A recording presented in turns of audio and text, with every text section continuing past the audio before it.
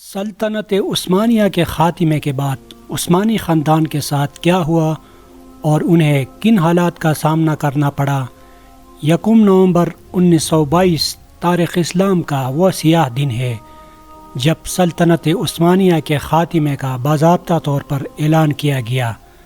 ترکی میں سلطان محمد ششم کی حکومت کو ختم کر دیا گیا اور مصطفیٰ کمال پاشا کی حکومت شروع ہوئی، اور سلطان محمد ششم کو ناپسندیدہ شخصیت قرار دیتے ہوئے ملک بدر کر دیا گیا، جو 17 نومبر کو بذریعہ برطانوی بحری جہاز مالٹا روانہ ہو گئے۔ ان کے بیٹے شہزادے ارطغرل افندی بھی ان کے ہمراہ تھے، اور بعد ازاں وہاں سے اٹلی چلے گئے اور انہوں نے اپنی زندگی کے آخری ایام اٹلی میں گزارے۔ ان کی وفات 16 مئی 1926 کو سان ریمو اٹلی میں ہوئی، اور ان کو دمشق میں سلطان سلیم اول مسجد کے قریب سپرد خاک کیا گیا۔ سلطان محمد ششم جب تک زندہ رہے عثمانی خاندان کے سربراہ کے طور پر رہے۔ دوسری جانب 19 دسمبر 1922 عیسوی کو ان کے قریبی عزیز عبد المجید ثانی کو نیا خلیفہ چنا گیا، جو 1924 عیسوی میں خلافت کے خاتمے تک یہ ذمہ داری نبھاتے رہے۔ اس کے ساتھ تمام عثمانی خاندان کو جلا وطن کر دیا گیا۔ اندازہ کیجیے، ایک ایسا خاندان جو 600 سال سے زائد عرصہ سے ایک جگہ پر حکومت کر رہا تھا، اسی خاندان کے لیے ان کے اپنے ملک میں جگہ تنگ ہو گئی تھی۔ عثمانی خاندان کو سمجھ نہیں آ رہا تھا کہ یہ سب ان کے ساتھ ہو کیا رہا ہے۔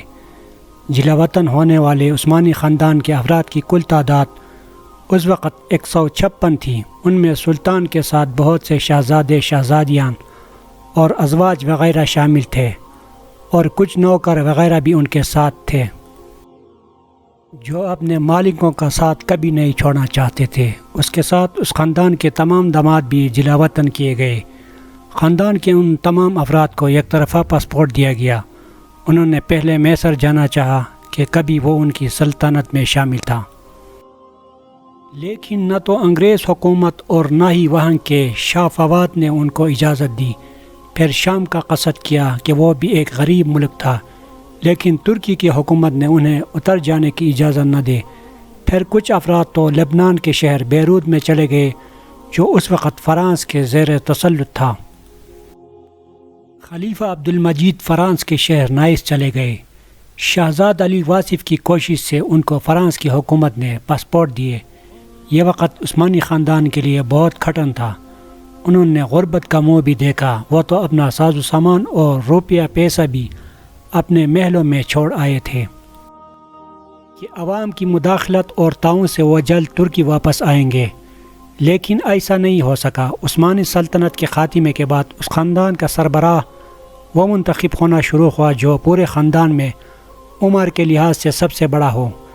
1926 عیسوی میں سلطان محمد ششم کی وفات کے بعد اس مشق پر باقاعدہ عمل ہونا شروع ہوا، اور آج تک اس پر عمل جاری ہے۔ آج کل عثمانی خاندان کے سربراہ دندار علی عثمان ہے، جو کہ 2017 میں خاندان علمانی کے 44ویں سربراہ باعزت عثمان کی وفات کے بعد مقرر ہوئے۔